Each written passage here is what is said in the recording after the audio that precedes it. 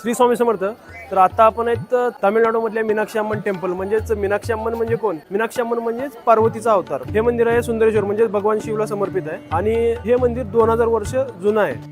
आणि या मंदिराजवळ तुम्हाला राहण्यासाठी भरपूर हॉटेलचे ऑप्शन्स आहेत.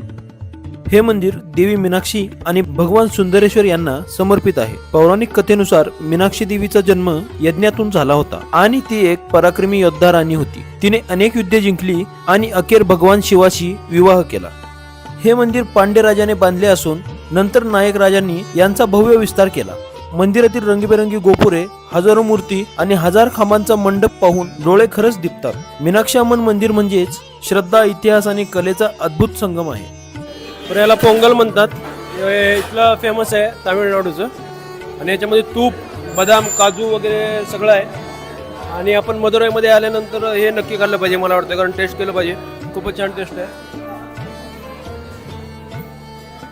आपल्या शाळेतला भात कसा असतो तसंच आहे सेम, पण थोडंसं म्हणजे काजू, बदाम, तूप वगैरे ॲड आहे याच्यामध्ये.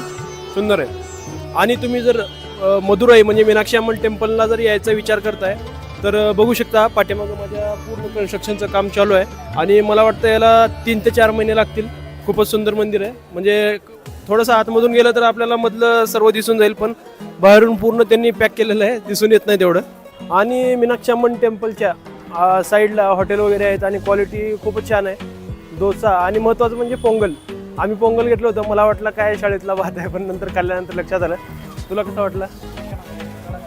एक नंबर क्वालिटी होती.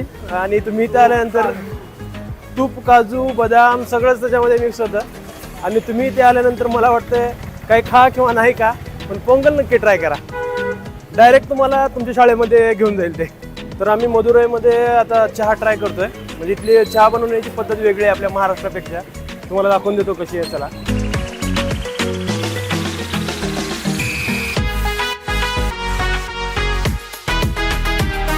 तर हा चहा घेतलाय, टेस्ट करून दाखवतो. छान आहे. तर दर्शन वगैरे झालेलं आहे. तर आता आपण निघतो रामेश्वरमकडं.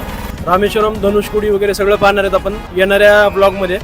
मदुराईवरून रामेश्वरमला ट्रेन आहे 9:50 सकाळी 9:50 दररोज असते. आणि तुम्ही इथे सकाळी पहाटे 4:45-5 वाजता जरी आलात तर दर्शन वगैरे होऊन तुम्ही 9:50च्या ट्रेनने रामेश्वरमला जाऊ शकता. मदुराईवरून रामेश्वरमला जाण्यासाठी 150 रुपये तिकीट आहे स्लीपरचं. जर तुम्ही ऑलरेडी बुकिंग केली असेल तर जनरलला बहुतेक 90 रुपये असेल. तर हा व्हिडिओ तुम्हाला कसा वाटला कमेंटमध्ये नक्की कळवा. आणि आपल्या पूर्ण सिरीजसाठी तुम्ही लवकरात लवकर आपल्या चॅनलला फॉलो करून घ्या. भेटू आपण नेक्स्ट व्हिडिओमध्ये. म्हणजेच